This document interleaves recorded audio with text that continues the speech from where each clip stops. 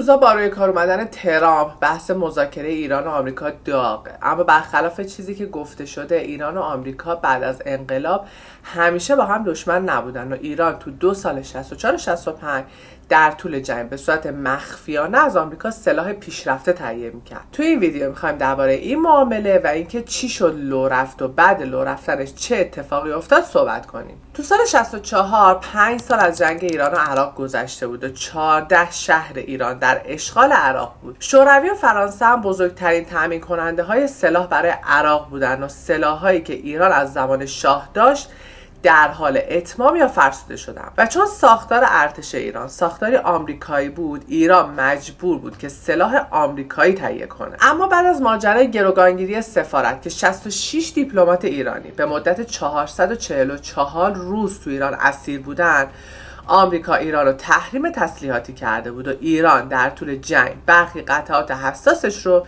میتونست فقط از طریق پاکستان تهیه کنه، چون اون هم ساختار ارتشش مثل ما آمریکایی. اما ایران به تسلیحات اساسی تری مثل موشک هاک که جنگنده ها رو ساقط میکرد و تاف که تانک ها رو میزد نیاز داشت. باید تو پرانتز بگیم که جنگنده های عراقی به راحتی وارد خاک ایران میشدن و شهرهای مختلفی مثل تهران، تبریز، قم، گچساران و غیره رو بمبارون میکردن و ایران هیچ کاری نمیتونست انجام بده. از اون ورم شوروی 2000 تا تانک T-72 به عراق داده بود که فقط موشک‌های تاو آمریکایی حریفش بود. پس ایران باید یه جوری مستقیم با خود آمریکا ارتباط برقرار میکرد و بی‌اعتباریش سر قضیه سفارت رو جبران میکرد. شانس ایران گفت و این فرصت تو 14 خرداد 64 برای ایران پیش اومد. حزب الله لبنان یه هواپیمای آمریکایی رو ربوده بود و چندین آمریکایی رو گروگان گرفته بود. ایران برای جلب توجه آمریکا به این قضیه ورود کرد و رفسنجانی طی سفری به سوریه و لبنان موجبات آزادی چند گروگان رو فراهم کرد. توجه آمریکا به نفوذ ایران تو منطقه جلب شد و تصمیم گرفت برای آزادی شهرونداش که تو لبنان گروگان بودن از ایران کمک بگیره. به این ترتیب نیاز ایران به آمریکا به خاطر سلاح و نیاز آمریکا به ایران به خاطر آزادی گروگان‌ها زمینه معامله رو فراهم کرد. معامله از طریق فردی به اسم محسن کنگرلو که مشاور امنیت ملی میرحسین بود شکل گرفت. مطالبی هم که ما تو این ویدیو میگیم از مصاحبه ایشون با آقای حسین دهباشی و خاطرات آقای رفسنجانیه. کنگرلو از طریق جاسوس دو جانبه‌ای به اسم منوچهر قربانیفر یا منوچهر سوزنی که دلال اسلحه بود جلسه ای رو با مقامات آمریکایی برگزار کرد. درباره اینکه کنگرلو کیه در انتهای ویدیو حرف میزنیم. اما منوچهر قربانیفر یکی از عوامل ماجرای کودتای نوژه همدان بود که بعد از شکست کودتا از ایران فرار کرده بود و محکوم به اعدام بود. قربانیفر به دنبال این بود که سوء سابقش تو ایران رو پاک کنه و به خاطر همین قبول کرد که این معامله سلاح رو به شرط پاک کردن سوء سابقش جوش بده. البته این معامله سود فراوان مالی هم براش داشت. اولین جلسه بین ایران و مقامات آمریکایی در هتل شرایتون در فرانکفورت آلمان صورت گرفت. کنگرلو و قربانیفر از طرف ایران، الیور نورس، ابراهام حکیم و چند نفر دیگه هم از طرف آمریکا. کنگرلو قبل از شروع جلسه گفته بود که مذاکره رو به شرطی شروع میکنه که آمریکا به نشونه حسن نیت 500 موشک تاو به ایران بده. تو پرانتز بگیم که موشک تاو تنها موشکی بود که میتونست تانک‌های T-72 شوروی را از بین ببره. در ساعت 5 بعد از ظهر آمریکا 500 موشک تاو در فرودگاه مهرآباد به ایران تحویل داد و ایران 12.5 میلیون دلار پول بابت موشک‌ها به آمریکا داد و مذاکرات شروع شد. آمریکایی‌ها که به قربانیفر به عنوان مترجم اعتماد نداشتن، یه ایرانی یهودی به اسم ابراهام حکیم که قبل از انقلاب ایران زندگی میکرد اما کسی نمیدونست که ایرانیه و فارسی بلده رو با خودشون برده بودن. کنگرلو متوجه ایرانی بودن ابراهام حکیم میشه و با دادن فوشای ناموسی بهش سعی میکنه که به حرفش بیاره و موفقم میشه. اینجا بلند میشم میرم یه میذارم تو گوشه آرمادا فلان چنده فوش دادم بهش. توی این جلسه ریگان از پشت تلفن به کنگرلو میگه که آقای خمینی راستگوه و هر حرفی که میزنه رو عمل میکنه و ما مشکلی باهاش نداریم. شما خیالتون راحت باشه که ما به وعده هامون عمل میکنیم. محسن کنگرلو لیست سلاحایی که ایران لازم داشته رو به آمریکا میداده و پول سلاح‌ها رو به رفسنجانی میگفته. رفسنجانی هم به حسن روحانی نامه میزده تا بره بانک مرکزی و پول سلاح‌ها رو برای آمریکا ارسال کنه و از این ورم ایران برای آزادی گروگان‌های آمریکایی مذاکره میکرده. این وسط باید این نکته رو هم بگیم که تمامی مسئولین رده بالای کشور از جمله آقایان خامنه‌ای، میرحسین، رفسنجانی، موسوی اردبیلی و احمد خمینی به عنوان نماینده آقای خمینی از این معامله باخبر بودن. از تاریخ 29 مرداد 64 ورود سلاح‌ها آغاز میشه. موشک‌های ضد تانک تاف، قطعات موشک‌های ضد هوایی هاگ، قطعات فانتوم و قطعات F5 و F14 به صورت خورد وارد ایران میشه. با تازه شدن نفس نیروی نظامی ایران و تامین سلاح‌ها تو 20 بهمن 64 بزرگترین عملیات ایران بعد از آزادسازی خرمشهر یعنی ولفجر 8 شروع میشه و ایران با موشک‌های هاگ آمریکایی 70 تا هواپیمای جنگی عراق رو ساقط میکنه و بعد از 79 روز تو 29 فروردین 65 فاو که تنها بندر عراق برای دسترسی به خلیج فارس بوده رو میگیره و عملا دست عراق و از خلیج فارس قطع میکنه. علاوه بر فاو، جزایر مجنون و بخشی از کردستان عراق و همچنین شهر مهران رو هم پس میگیره. سرعت بالای ایران تو پیشروی تو خاک عراق همه کشورها رو به این نتیجه رسوند که ایران پیروز جنگی و باعث تغییر موضع بعضی کشورها مثل عربستان به نفع ایران شد و ایران تو موقعیت بسیار خوبی قرار داشت. البته در حالی که آمریکا در حال سلاح دادن به ما بود، ایران تو اخبار رسمیش آمریکا رو متهم میکرد که داره از عراق حمایت میکنه و از اون ور ریگان ایران رو متهم به پرورش تروریست میکرد. معامله ادامه داشت تا اینکه مسئله انتخابات میان دوره‌ای تو آمریکا مطرح شد. این انتخابات قرار بود تو 13 آبان 65 برگزار بشه و جمهوری خواها تحت ریاست جمهوری ریگان فقط 2% رأی کم داشتن تا کنترل سنا رو هم به دست بگیرن. اگه جمهوری خواها تو این انتخابات پیروز می شدن، علاوه بر ریاست جمهوری کنترل سنا هم دستشون می افتاد و قدرت دموکرات‌ها به شدت کم می شد. ریگان برای جبران اون 2% نیاز داشت که 7 دیپلمات آمریکایی که دست حزب الله بود رو به صورت یکجا آزاد کنه تا جمهوری خواه بتونن تبلیغات گسترده‌ای کنن و روی این مانور بدن و رأی مورد نظرشون رو به دست بیارن. خب یه جمع‌بندی دیگه بکنیم. انتهای سال 64 و ابتدای سال 65 معامله سلاح ایران و آمریکا جوش خورده. آمریکا به ایران سلاح میده و ایران هم تو آزاد کردن گروگان‌های آمریکایی مشارکت کنه. ایران با سلاح آمریکایی نه تنها شهرشو پس گرفته بلکه وارد خاک عراق هم شده و شهر بصره در خطر اشغال نیروهای ایرانیه. از اون ور تو آمریکا انتخابات میان دوره است و ریگان و جمهوری خواها 2% رأی کم دارن و به آزادی یکباره گروگان‌ها تو لبنان نیاز دارن. واسه همین یک اتفاق بسیار عجیبی تو 4 خرداد 65 7 آمریکایی با گذرنامه‌های ایرلندی وارد خاک ایران شدن و تو فرودگاه مهرآباد نشستن. این هواپیما حامل مکفارلین مشاور امنیت ملی ریگان، الیور نورس، هوارد تایچر و امیرام نیر بود که البته امیرام نیر اسرائیلی بود. ایران از قبل میدونست که داره یه هواپیمای از طرف آمریکایی‌ها میاد، ولی اینکه حامل چنین مقام بلندپایه‌ای یعنی مشاور امنیت ملی رئیس جمهور آمریکا باشه اصلاً برای ایرانی‌ها قابل باور نبود. به خصوص اینکه ایرانی‌ها تو مسئله گروگانگیری سفارت نشون داده بودن که افراد غیر قابل اعتمادی هستند. اما واقعا چه خبر بود و چرا آمریکا چنین ریسک بزرگی کرده بود؟ جلوتر این سوالو جواب میدیم، اما قبلش بگیم که وقتی هواپیما تو مهرآباد میشینه مقامات ایران نمیتونن به درستی هماهنگی رو انجام بدن و اتفاقاتی میفته که خیلی به آمریکایی‌ها برمیخوره و در واقع شأن یه مقام سیاسی اونم از نوع آمریکاییش رعایت نمیشه و در واقع بهشون بی احترامی هم میشه. به خاطر سری بودن ماجرا ایران نمیتونست یه ورود رسمی رو ترتیب بده و قرار میشه که محسن کنگلو خودش دنبال این افراد بره.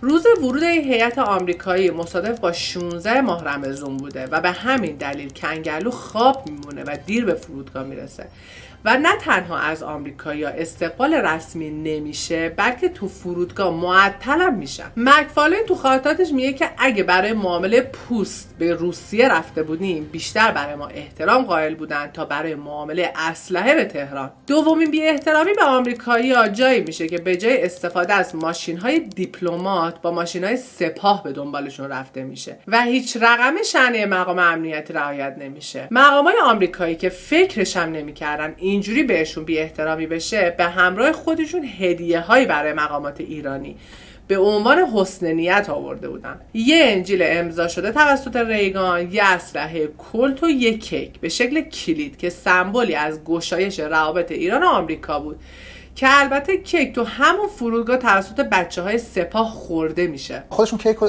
انجیل آورده بودن، درسته؟ بله. آقای هاشمی گفت کیکا رو تو فرودگاه بچه‌های سپاه خوردن. خیلی شلختگیه. آره خیلی. سومین بی احترامی هم جایی میشه که به جای اینکه این هیئت آمریکایی رو به یه ساختمون دولتی ببرن و پذیرایی رسمی کنن، به هتل هیلتون یا همون هتل آزادی فعلی میبرن و تنها کاری که میکنن اینه که نیروهای سپاهو به عنوان محافظ اونجا قرار میدن. خب سوالی که اینجا پیش میاد اینه که با وجود همه این بی احترامی‌ها که اگه به مقامات جیبوتی شده بود، ایران رو هزار باره ترک کرده بودن و پشت سرشون هم نگاه نمی کردن و با توجه به سوء سابقه ایران تو برخورد با آمریکایی‌ها تو مسئله گروگانگیری سفارت تو سال 58، چجوری آمریکایی‌ها موندن و حاضر به مذاکره شدن و درخواستشون چی بود؟ جواب این سوالو خود کنگلو میده. کنگلو حدس میزنه که آمریکا قصد داشته ایران رو تو عمل انجام شده قرار بده. این 7 نفر وارد ایران شدن و خودشون رو گروگان ایران قرار دادن تا در ازاش حزب الله اون 7 گروگان رو آزاد کنه و به این روش خواستن تضمینی به ایران برای عمل کردن آمریکا به تعهداتش بدن. همچنین گفتن که آمریکا تضمین میکنه که ایران جنگ با عراق رو ببره و ایران از الان جنگ رو برده در نظر بگیره. یعنی درخواست آمریکا از ایران این بود که اون 7 گروگانی که تو لبنان بودن نه به صورت یک به یک، بلکه به صورت یکجا آزاد بشن و این 7 نفر تضمینی برای وعده های آمریکا بودن. بعد از ورود هیئت و درخواستشون 2 اتفاق به صورت جداگونه تو ایران رخ میده. اول اینکه جلسه فوری بین سران 3 قوه تشکیل میشه تا سر این درخواست آمریکا مشورت کنن و ببینن که باید چیکار کنن. دومی که سپاه ورود میکنه تا جریان رو از دست کنگلو خارج کنه و خودش مستقیم با آمریکا معامله سلاح کنه که ما در ادامه هر دو اتفاق رو توضیح میدیم. اتفاق اول جلسه سران قوا. همونطور که گفتیم همگی سران یعنی آقایان خامنه‌ای، موسوی، رفسنجانی، موسوی اردبیلی و خمینی از ماجرای معامله باخبر بودن. در مورد درخواست آمریکایی آقای خمینی اعلام کرده بود با این کار یعنی آزادی یکباره گروگانا مخالفه، اما تصمیم نهایی رو به سران 3 قوه واگذار میکنه. میرحسین موسوی که تفکراتی به شدت ضد آمریکایی داشت و به صورت ریشه‌ای با رابطه با آمریکا مخالف بود، موافق درخواست آمریکا نبود و میگفت بین گرگ و میش نمیتونه رابطه برقرار بشه.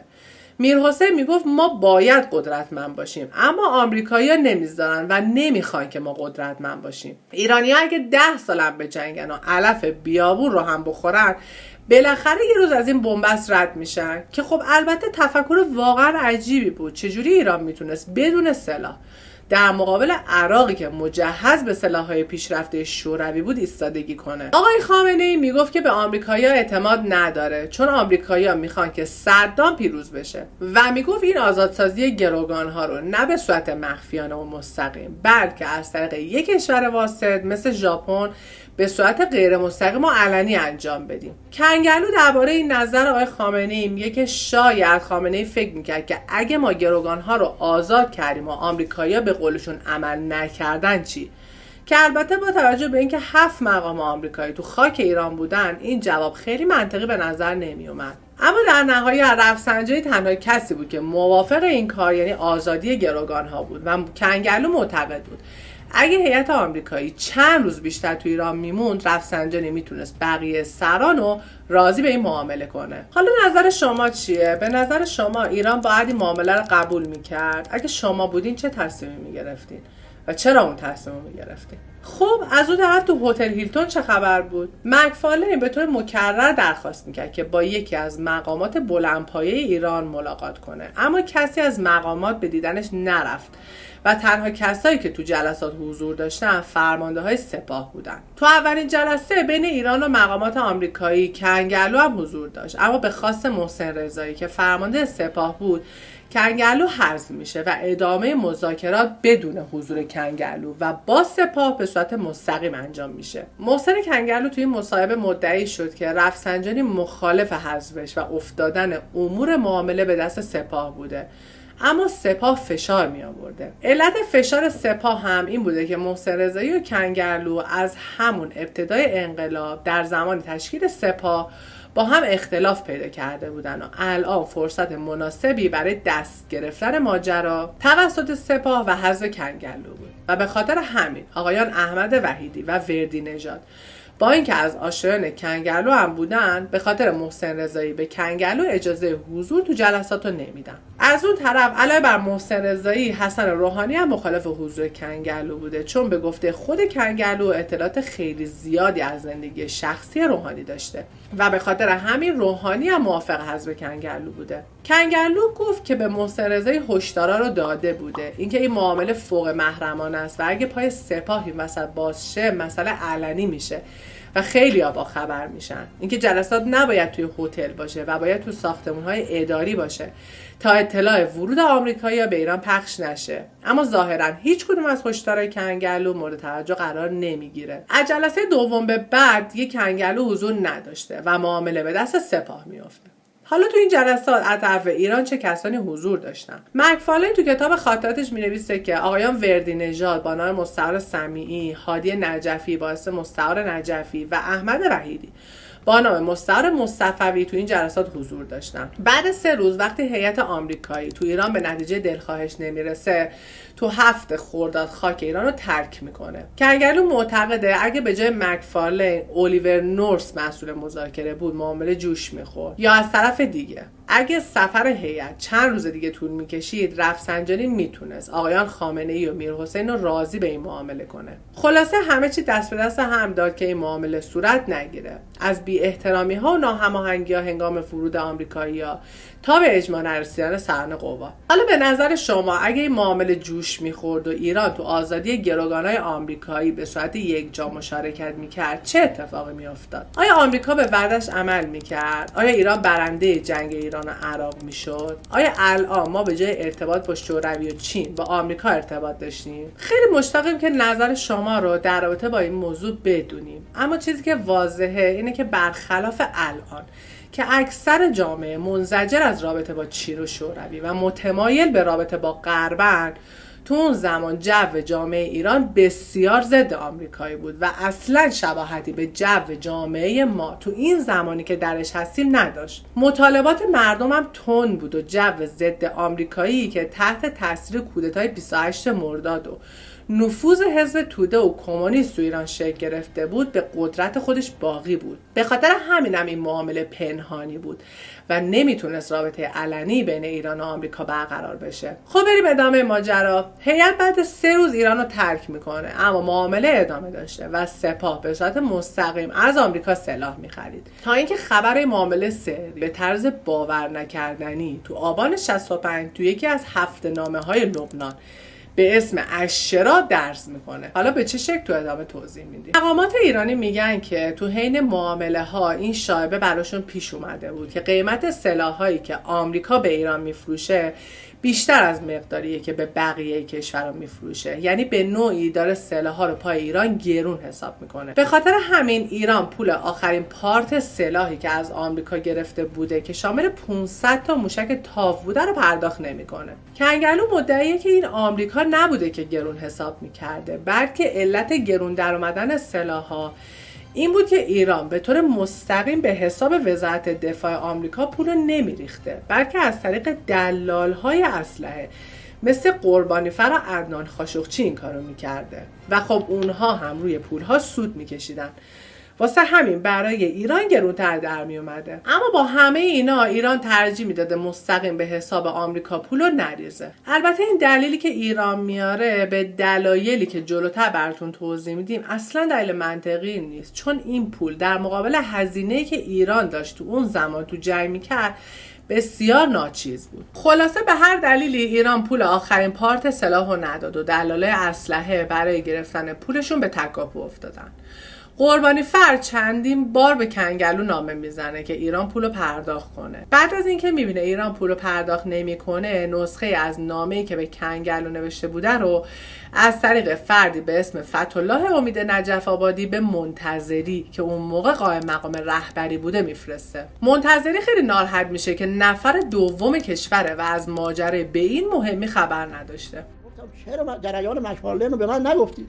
ناراحتم شدم از همین جریان که اصلا پیش آمده به ما نگفته بودن. امید نجف آبادی بعد از اینکه نامه رو به منتظری میرسونه، محتوای نامه رو پیش فرد دیگه‌ای به اسم سید مهدی هاشمی که تو این برهه به جرم قتل و داشتن خون تیمی و ترور توی زندان بود فاش میکنه. اما این سید مهدی هاشمی کی بوده؟ سید مهدی هاشمی روحانی شیعه پاسدار، برادر داماد منتظری از مؤسسای سپاه پاسداران و تندروهای اوایل انقلاب بود که یک گروه به اسم نهضت‌های آزادی بخش درست کرده بود که توش افراد تندرو جذب می‌شدن و کاملا مستقل از حکومت کار می‌کردن و دست به عملیات می‌زدن. قتل، حمل سلاح، جعل اسناد و غیره و آخرین کارشون هم انتقال مواد منفجره به عربستان تو سال 65 به منظور خرابکاری تو حج سال 65 بود که تو این دوتا ویدیو ماجرای سید مهدی رو کامل توضیح دادیم. سید مهدی و تیمش عملا غیر قابل کنترل شده بودن و آقای خمینی تو سال 65 دستور مستقیمی برای پیگیری داد و سید مهدی هاشمی دستگیر شد و اعترافاتش هم از رادیو و تلویزیون پخش شد. سید مهدی وقتی از معامله پنهانی ایران و آمریکا با خبر شد، به امید اینکه حواسا از اتهاماتش پرت بشه و شاید حتی به قصد ضربه زدن به ایران در میانه جنگ، محتوای معامله رو به هفته‌نامه الشراع لبنان میرسونه. سردبیر هفته‌نامه الشراع تو مصاحبه با BBC فارسی گفت که این اطلاعات از طریق وابسته نظامی سوریه در ایران به اسم ایادالمحمود به الشراع رسیده بوده. بعد از لو رفتن معامله از طریق هفته‌نامه الشراع لبنان، آمریکا به کل سفر هیئت آمریکایی به ایران رو تکذیب میکنه، اما رفسنجانی به دستور آقای خمینی به نماز جمعه میره و ماجرا رو تعریف میکنه و معامله تموم میشه. به این ترتیب ایران بزرگترین ضربه‌اش رو نه از یک خارجی بلکه از یک فرد تندرو میخوره. لو رفتن این معامله به ضرر هر دو کشور تموم میشه. دست ایران از سلاح‌های پیشرفته کوتاه میشه و همگی افراد دخیل توی این معامله در آمریکا دادگاهی میشن. هم در داخل و هم در خارج آمریکا انتقادات زیاد میشه که چرا آمریکا با کشوری که خودش تحریم تسلیحاتی کرده بوده معامله سلاح میکرده. همچنین عراق به تلافی این معامله آمریکا با ایران تو اردیبهشت 66 ناو استارک آمریکا رو میزنه که توی 37 آمریکایی هم کشته میشن. بعد از همه این اتفاقات چند تا سوال خیلی مهم پیش میاد که خود کنگلو به این سوالات جواب میده. سوال اول، سلاح‌های آمریکایی چقدر پای ایران گرونتر در میومد و ارزشش رو داشت که به خاطرش معامله سلاح به هم بخوره؟ طبق گفته کنگلو ما با تفاوت این رقم 6 میلیون دلار بوده. بریم یه مقایسه بکنیم تا ببینیم این 6 میلیون دلار زیاده یا کمه. طبق برآوردهای بین‌المللی جنگ ایران و عراق 97 میلیارد دلار به ایران خسارت زده که میشه روزی 33 میلیون دلار. یعنی پول اون سلاح‌ها 1/5 خرج روزانه جنگ ایران هم نبوده. قضیه جای بدتر میشه که بدونید برآورد ایران از خسارت ناشی از جنگ 1000 میلیارد دلاره، یعنی روزانه 330 میلیون دلار که به مراتب فاجعه را عمیق‌تر میکنه و 6 میلیون دلار میشه 1/50 خرج روزانه جنگ. به خاطر همینه که گفتیم دلیل ایران برای نپرداختن اون 6 میلیون اصلا منطقی به نظر نمیاد و یه نقطه ابهام باقی میمونه. سوال دوم، اگه اینقدر مبلغ کم بوده پس چرا معامله به هم خورده؟ کنگلو تو جواب این سوال از کارشکنی فردی ناماشنا یاد میکنه، حسن روحانی. کنگلو با تاکید میگه که حسن روحانی میخواست که این معامله به هم بخوره به دو دلیل.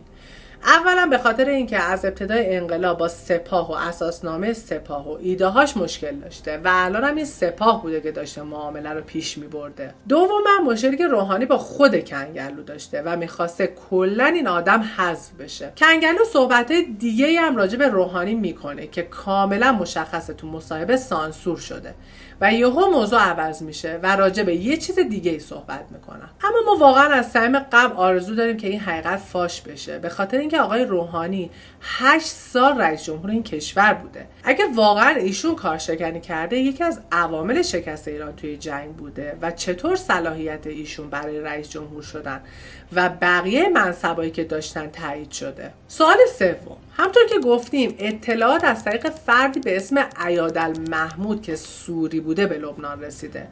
آیا سوریه در زمان حافظ اسد میخواست که مانع ایجاد رابطه بین ایران و آمریکا بشه؟ کنگلو در جواب این سوال عبارت شاید رو استفاده میکنه، نه رد میکنه نه تایید، که این هم میتونه به یه نقطه ابهام دیگه این ماجرا تبدیل بشه. اما در انتها بعد لو رفتن معامله دست ایران از سلاح‌های پیشرفته کوتاه شد. شدت گرفتن درگیری‌ها تو سال 66 هم با عراق و هم با آمریکا که کمتر از 1 سال پیش متحد تسلیحاتی ایران بود، شرایط رو برای ایران بسیار سخت کرد. تو 2 سال 66 و 67 ایران کشته‌های خیلی زیادی توی جنگ داد و در نهایت عراق دوباره وارد خاک ایران شد و ایران مجبور به پذیرش قطعنامه 598 شد. قطعنامه‌ای که به جز خفت و خواری چیزی برای ایران نداشت، چون هیچ کدوم از شرایطی که ایران تو سال 61 بعد از پس گرفتن خرمشهر برای آتش بس و صلح گذاشته بود تو قطعنامه درج نشد و ایران سر میز مذاکره نشست که میتونست 6 سال پیش تو سال 61 بشینه. با این تفاوت که اگه تو سال 61 صلح میکردیم، هم کشته‌های کمتری میدادیم، هم خسارت کمتری به همون وارد میشد و هم کشورهای عربی حاضر بودن به ما 25 میلیارد دلار بابت خسارت جنگ بدن. اما تو سال 67 در حالی پای میز مذاکره نشستیم که اروندرود دست صدام بود و 2 سال طول کشید تا عراق خاک ایران رو ترک کنه و علاوه بر این ایران حتی نتونست 1 ریال بابت غرامت جنگ از عراق پول بگیره. این در حالیه که کویت به خاطر جنگی که کمتر از 1 سال طول کشیده بود تا سال 2021 بخشی از درآمد عراق به ارزش 52 میلیارد دلار رو به عنوان خسارت جنگ از عراق گرفت و عدم توانایی ایران تو گرفتن غرامت تبدیل به بزرگترین نقطه ابهام بعد از انقلاب شد. همطور که ابتدای ویدیو گفتیم، معامله از طریق فردی به اسم محسن کنگلو شکل گرفت. اما کنگلو کی بود؟ محسن کنگلو یکی از امنیتی ترین چهره های دهه 60 ایران بود که قبل از انقلاب عضو گروه های چریکی بود و بعد از انقلاب هم تبدیل به یکی از مهمترین چهره‌های امنیتی ایران شد. محسن کنگلو کل ماجرای معامله سلاح رو توی مصاحبه 8 ساعته با آقای دهباشی توضیح میده. ویدیو منتشر شده البته کمتر از 4 ساعته و بیش از 4 ساعت دیگه سانسور شده. شرط کنگلو برای مصاحبه این بود که بعد مرگش پخش بشه، چون توی این مصاحبه درباره مسائل محرمانه‌ای حرف زده بود. حسین دهباشی بعد مرگ کنگلو تو 6 اسفند 98 این مصاحبه رو پخش کرد که بلافاصله خانواده کنگلو به خاطر محتوای مصاحبه از دهباشی شکایت کردند. کنگلو توی مصاحبه درباره بمبگذاری‌های ایران تو دفاتر حزب بعث قبل از جنگ نکاتی رو گفته بود. همچنین صحبت‌های عجیبی درباره اشخاصی چون مصطفی چمران، مهدی کیانی فرمانده سپاه آبادان و احمد خمینی زده بود که انتشارش خیلی جنجال برانگیز شد. خانواده کنگلو گفتن که حرفایی که زده تحت تاثیر داروهای شیمی درمانی بوده و اشتباه بوده و خب خود کنگلو هم دیگه زنده نبود که از حرفاش دفاعی بکنه. دهباشی هم به سرعت ویدیو رو حذف و یه مطبع عذرخواهی نوشت و تهش هم گفت که این یادداشت تحت تاثیر کسی یا جایی نبوده و احتمالا منظورش این بوده که تحت فشار این حرفا رو نزده. درسته که دهباشی ویدیو رو حذف کرد، اما تو دنیای اینترنت هیچ چیزی حذف شدنی نیست. کنگلو تو 6 اسفند 98 در اثر سرطان ناشی از جراحات جنگی درگذشت. اما سرنوشت دیگر افراد حاضر توی معامله چی شد؟ سید احمد خمینی تو 25 اسفند 73 بر اثر ایست قلبی تو 49 سالگی درگذشت. موسوی اردبیلی تو 3 آذر 95 تو سن 90 سالگی بر سر عارضه قلبی درگذشت. هاشمی رفسنجانی تو 19 دی 95 تو 82 سالگی بر سر ایست قلبی درگذشت. فتح‌الله امید نجف آبادی تو 16 آبان 67 اعدام شد. سید مهدی هاشمی تو 6 مهر 66 اعدام شد. میرحسین موسوی بعد از انتخابات سال 88 حصر خونگی شد و همچنان هم در حبس به سر میبره. محسن رضایی فرمانده سپاه باقی موند و بعد از چندین بار شرکت در انتخابات تو دولت 13 معاون اقتصادی رئیس جمهور شد. احمد وحیدی در دوران احمدی نژاد وزیر دفاع و در دوران رئیسی وزیر کشور بود. فریدون وردی نژاد بعد از جنگ سفیر ایران تو چین و بعدش هم مدیر خبرگزاری ایرنا شد و تو دولت روحانی مشاور رسانه رئیس جمهور شد. محمد علی هادی نجف آبادی تو دوران ریاست جمهوری رفسنجانی سفیر ایران تو امارات شد و بعدش عضو هیئت مدیره بانک سرمایه شد که تو سال 98 به خاطر فساد در صندوق ذخیره فرهنگی ها متهم به مشارکت در اخلال در نظام اقتصادی و پولی کشور از طریق مشارکت در خیانت در امانت شد که چون روحانی بود پروندهش به دادگاه ویژه روحانیت سپرده شد. این بود ماجرای پر ابهام معامله سلاح ایران و آمریکا و مصاحبه کنگرلو که بزرگترین چیزی که من ازش فهمیدم بعد عهدیای پشت همه ایران در مقابل آمریکا بود، از گروگانگیری سفارت تا پرداخت نکردن پول سلاح‌ها که البته تو هر دو مورد هم دودش تو چشم مردم رفت و این مردم بودن که بهاشو پرداخت کردن.